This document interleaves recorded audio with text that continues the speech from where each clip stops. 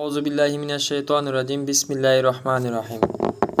আসসালামু আলাইকুম রহমতুল্লাহি ওয়া বারাকাতুহু। প্রিয় ভাই ও বোনেরা, আজ আমি আপনাদের সামনে আলোচনা করব রোমান জাতি সম্পর্কে ইসলামিক দৃষ্টিকোণ থেকে। আল কোরআন একটি সূরা আছে, সূরা আর রুম, যার শুরুতেই বলা হয়েছে রোম জাতি পরাজিত হয়েছে নিকটবর্তী ভূমিতে, তবে পরাজয়ের পর অল্প দিনের মধ্যেই তারা বিজয়ী হবে। সূরা আর রুম 2:4। এই রোম জাতি ছিল বাইজেন্টাইন রোমান সাম্রাজ্য, যারা খ্রিস্টান ছিল। মুসলমানদের সঙ্গে তাদের সম্পর্ক ছিল যুদ্ধের, আবার একই সাথে তারা ছিল আহলে কিতাব অর্থাৎ পূর্বের নবীদের অনুসারী, যদিও পরে তারা বিভ্রান্ত হয়েছিল। রাসূলুল্লাহ সাল্লাল্লাহু আলাইহি ওয়াসাল্লামের সামনে মুসলমানরা রোমানদের বিরুদ্ধে যুদ্ধ করেছে, যেমন মুতা যুদ্ধ, তাবুক অভিযান। কিন্তু রাসূলুল্লাহ সাল্লাল্লাহু আলাইহি ওয়াসাল্লাম আমাদের শিখিয়েছেন যুদ্ধের মধ্যেও দাওয়াতের দরজা বন্ধ হয় না।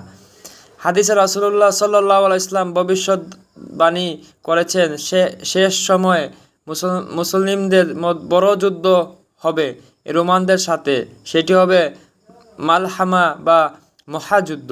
তবে প্রিয় ভাই ও বোনেরা, একটি বিষয় লক্ষণীয়, রাসূলুল্লাহ সাল্লাল্লাহু আলাইহি ওয়াসাল্লাম রোমানদের কিছু গুণের প্রশংসাও করেছেন, যেমন তারা কঠিন সময়ে ধৈর্যশীল এবং এতিমদের প্রতি সদয়।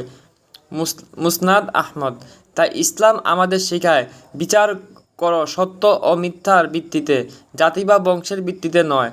আহলে কিতাবের প্রতি আমাদের দাওয়াতের ভাষা হতে হবে হিকমা ও সুন্দর উপদেশের। আসুন আমরা শিক্ষা নেই, আল্লাহর বাণীকে জীবন ধারণ করি এবং বিশ্ব মানবতার আহ্বান করি আল্লাহর একত্বের দিকে। ওয়া মা আলাইনা ইল্লা বালাগুল মুবিন। আমাদের দায়িত্ব শুধু পরিষ্কারভাবে পৌঁছে দেওয়া। আসসালামু আলাইকুম ওয়া রাহমাতুল্লাহি ওয়া বারাকাতুহু।